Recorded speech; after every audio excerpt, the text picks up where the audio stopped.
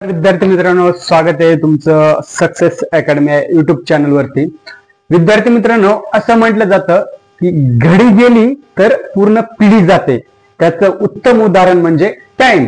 टाइमामुळेच आपण म्हणतो की जर घडी गेली तर पिढी जाते. सेम आपल्याला टाइमाचा आज कन्सेप्ट घेऊन आलेलो आहोत आपण. इथे एक एक्झाम्पल दिलेलं आहे टाइमचं. एका व्यक्तीने 60 किलोमीटर अंतर 30 किलोमीटर पर आवर ने पार केले तर त्याला किती वेळ लागला. आता आपण ट्रॅव्हलिंग करतो, फिरायला जातो, वेगवेगळी मजा एन्जॉय करतो आयुष्यामध्ये. सेम तसंच एक एक्झाम्पल दिलं आहे. एका एक्स पर्सनने 60 किलोमीटर अंतर, म्हणजे इथे डिस्टन्स किती आहे? डिस्टन्स आहे 60 किलोमीटर. 60 किलोमीटर डिस्टन्स दिलेला आहे आणि 30 किलोमीटर पर आवर. त्याची स्पीड किती दिलेली आहे? स्पीड दिलेली आहे 30 किलोमीटर पर आवर, म्हणजे एका तासाला 30 किलोमीटर तो व्यक्ती धावत आहे. आता आपल्याला तर त्याला किती वेळ लागेल, म्हणजे टाइम किती लागेल. आपलं एक असतं ना, मला ह्या वेळेपर्यंत या एज पर्यंत मला हे टार्गेट अचीव्ह करायचं आहे, मला इथून बॉटम पासून टॉप पर्यंत जायचं आहे, सक्सेस मिळवायचं आहे. असं वेगवेगळं टाइम पिरियड असतो प्रत्येकाचा. मला ह्या एज मध्ये ही गोष्ट पाहिजे, माझ्याकडे गाडी पाहिजे, बंगला पाहिजे, नोकरी पाहिजे, किंवा तुमचं जे काही ड्रीम असेल ते तुम्ही ते वेळ त्याला स्पेसिफाय करून दिलेली असते.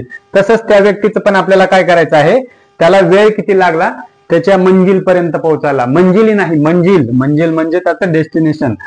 तिथपर्यंत पोहोचायला वेळ किती लागला. आता इथे टाइम. टाइम म्हणजे काय? टाइमचा फॉर्म्युला काय आहे? टाइम म्हणजे distance divide by speed. Distance divide by speed किती आहे? काय फॉर्म्युला आहे? टाइम म्हणजे डिस्टन्स, पार केलेलं अंतर, डिवाइड बाय स्पीड म्हणजे त्याचा वेग. तर आपल्याला इथे काय करायचं आहे? वेळ काढायचा आहे, म्हणून आपण वेळचा फॉर्म्युला, टाइमचा फॉर्म्युला घेतलाय. आता इथे काय? Distance divide by speed. Distance किती आहे मित्रांनो? 60 किलोमीटर त्याचं डिस्टन्स आहे आणि स्पीड किती आहे? डिवाइड बाय 30 किलोमीटर त्याची पर आवर, म्हणजे प्रत्येक तासाला तो व्यक्ती 30 किलोमीटर पळतोय. तर तुमचे स्वप्न पण पूर्ण करायचे असतील ना, प्रत्येक मिनिटाला, प्रत्येक सेकंदाला तुम्ही धावत राहिलं पाहिजे, पळत राहिलं पाहिजे. आता पाहूया. 60 डिवाइड बाय 30 म्हणजे 30 एक 30 आणि 30 दोन 60, म्हणजे टाइम किती? 2 आवर्स. त्या व्यक्तीला लागलेला टाइम किती आहे? 2 आवर्स. 2 तास त्या व्यक्तीला त्याचं जे काही त्याची मंजिल आहे सॉरी, तिथपर्यंत पोहोचायला 2 तास लागलाय. कारण की 60 किलोमीटर त्याचं डिस्टन्स आहे आणि स्पीड त्याची 30 किलोमीटर पर आवर आहे. प्रति घंटा 30 किलोमीटर तो धावतोय त्याचे स्वप्न पूर्ण करण्यासाठी, किंवा त्याचं काही जे असेल ते XYZ त्याची कहाणी ते पूर्ण करण्यासाठी तो 30 किलोमीटर पर आवर ने धावतोय. म्हणजे distance divide by speed 60 divide by 30. आपलं उत्तर किती आलं? Time 2 hours. कारण टाइमला आपण तासामध्ये किंवा मिनिटामध्ये किंवा सेकंदामध्ये मोजतो, म्हणून इथं आवर्स, 2 आवर्स. अशा प्रकारे टाइम कसं कॅल्क्युलेट करायचं हे मी तुम्हाला कन्सेप्ट क्लिअर केली. सेम आता आपण दुसरं एक एक्झाम्पल पाहूया. याच रिलेटेड आपण दुसरं एक एक्झाम्पल पाहूया, जेणेकरून तुम्हाला कन्सेप्ट क्लिअर होईल आणि तुमचे फॉर्म्युले तुमच्या एक्झाम साठी किंवा तुमचं गाईड जे गोल असेल ते पोहोचण्यापर्यंत तुम्हाला समजण्यास मदत होईल. आता एका व्यक्तीने दुसरे एक्झाम्पल पाहूया. आता सेम तसंच, पण याच्यामध्ये दुसरं आपल्याला काढायचं आहे. एका व्यक्तीने 40 किलोमीटर अंतर 4 तासात पूर्ण केले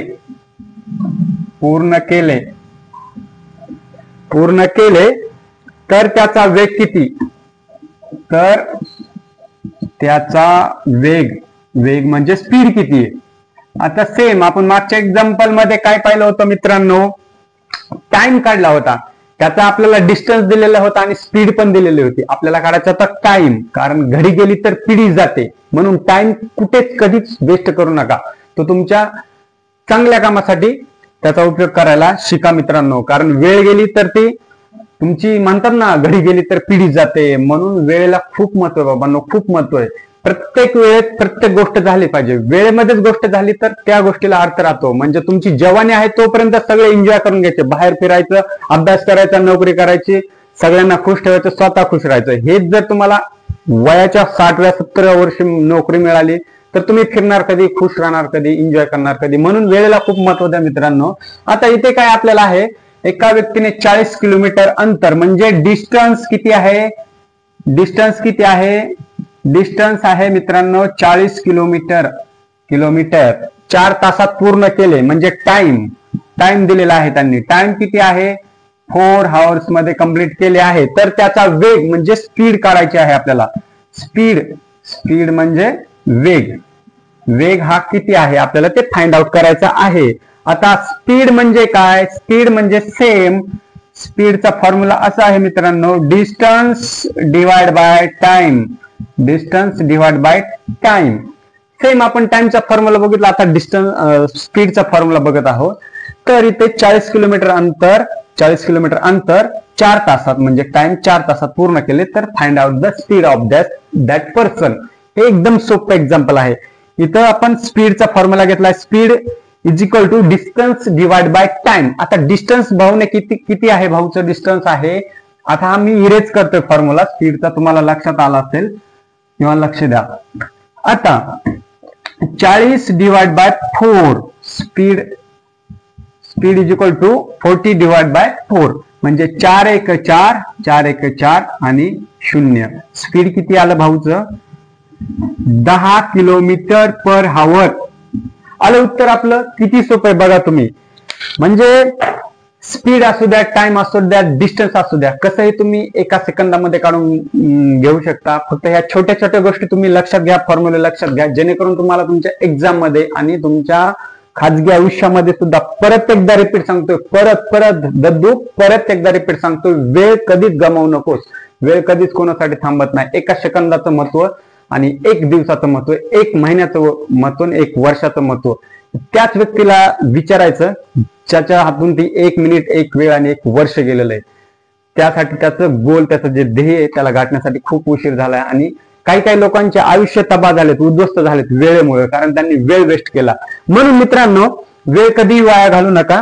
अशा प्रकारे डिस्टन्स आपण काढलं, टाइम काढला, स्पीड काढलं. अशा प्रकारे तुम्हाला डिस्टन्स, टाइम आणि स्पीड या तिन्हीच्या कॉम्बिनेशनचा गॅप पूर्णपणे समजला असेल, त्याचे फॉर्म्युले लक्षात राहिले असतील, जेणेकरून तुमच्या एक्झाम मध्ये आणि खाजगी आयुष्यामध्ये तुम्ही त्याचा पुरेपूर यूज करू शकता. तर भेटूया मित्रांनो पुढच्या व्हिडिओमध्ये नेक्स्ट कन्सेप्ट घेऊन. तोपर्यंत जय हिंद, बाय बाय, धन्यवाद.